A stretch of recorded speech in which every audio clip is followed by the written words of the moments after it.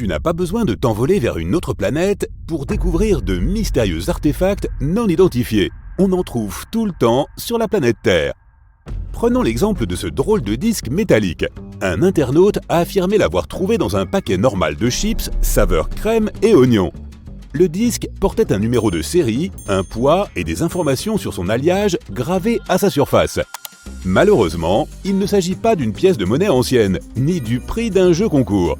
C'est le résultat d'un emballage défectueux. Les fabricants placent des objets en métal dans certains sachets pour tester le bon fonctionnement de leur détecteur à rayon X. C'est ainsi qu'ils empêchent les déchets métalliques contenus dans les sacs, tels que des écharpes de fer ou de minuscules éléments de machinerie, de terminer dans nos chips.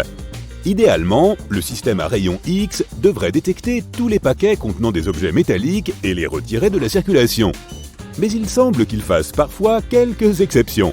Si tu trouves quelque chose de ce genre dans tes chips, il est donc légitime de contacter les fabricants pour les aider à éviter que d'autres personnes ne courent un risque. Ils devront mener une enquête interne, réparer les détecteurs de métaux et documenter la chaîne de production. Mais la question la plus importante est « manger ou ne pas manger ?» Les chips sont peut-être comestibles, mais il ne faut pas oublier que ce disque n'était pas tout à fait stérile lorsqu'il a atterri dans la chaîne. Mais pas d'inquiétude, les fabricants envoient généralement quelques boîtes de leurs produits et quelques bons d'achat en guise d'excuse. Et puisque nous parlons des mystères de l'emballage, sais-tu pourquoi les fabricants de chaussures placent souvent ces petits patchs dans leurs boîtes ? Dans certains cas, ils présentent simplement des échantillons des matériaux utilisés dans la fabrication des chaussures. Mais d'autres ressemblent à de petits souvenirs qui peuvent être utilisés pour agrémenter tes lacets ou comme porte-clés parce qu'ils ont un trou spécial sur le dessus ou même une petite chaînette. Par ailleurs, les médailles métalliques qui accompagnent les chaussures peuvent faire d'excellentes tirettes de fermeture éclair pour les manteaux d'hiver ou les sacs. En tout état de cause, il s'agit là d'une nouvelle opportunité pour les fabricants de chaussures de se rappeler aux bons souvenirs de leur clientèle.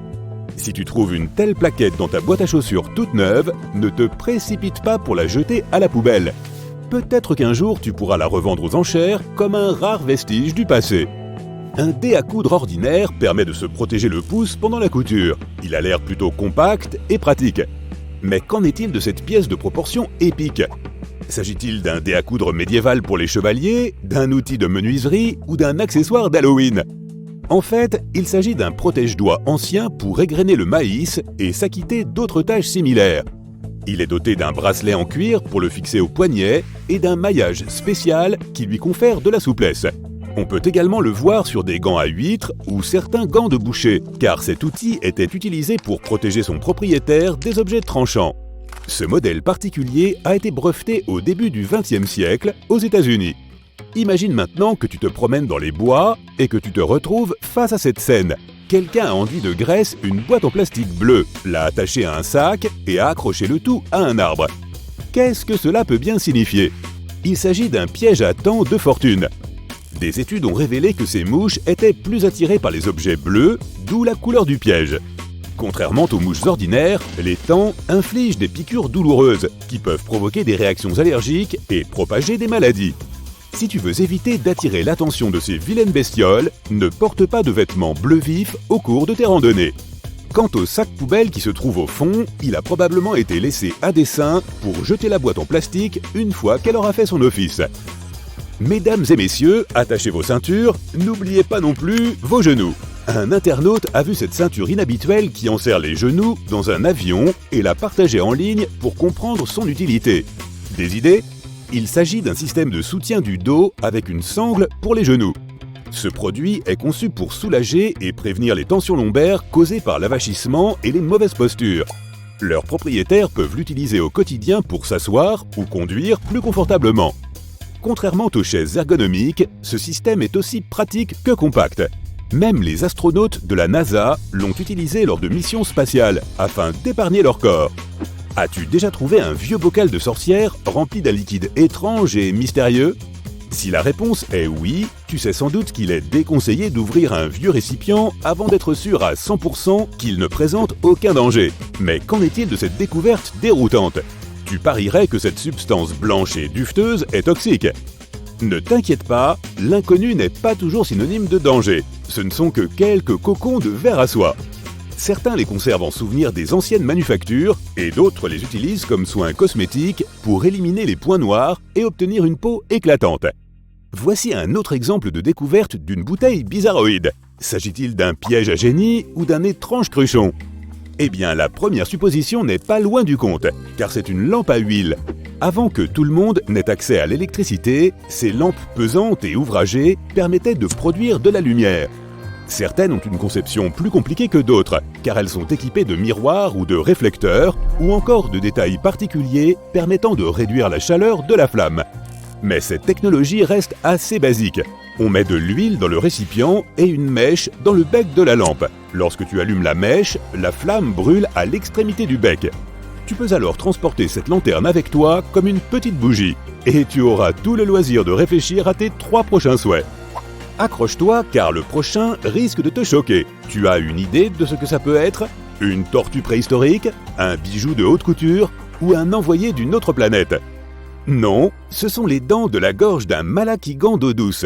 De l'extérieur, les malakigans ressemblent beaucoup à d'autres poissons, mais ils possèdent un ensemble unique de dents en forme de molaires, regroupées à l'arrière de leur bouche.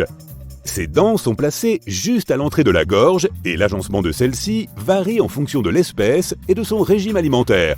Cela explique pourquoi les photos de leur gorge effrayante sur Internet diffèrent légèrement les unes des autres. Il semblerait que ce schéma soit destiné à répugner les personnes atteintes de trypophobie. Mais en fait, ces dents aident à décomposer les aliments durs tels que les mollusques et les crustacés.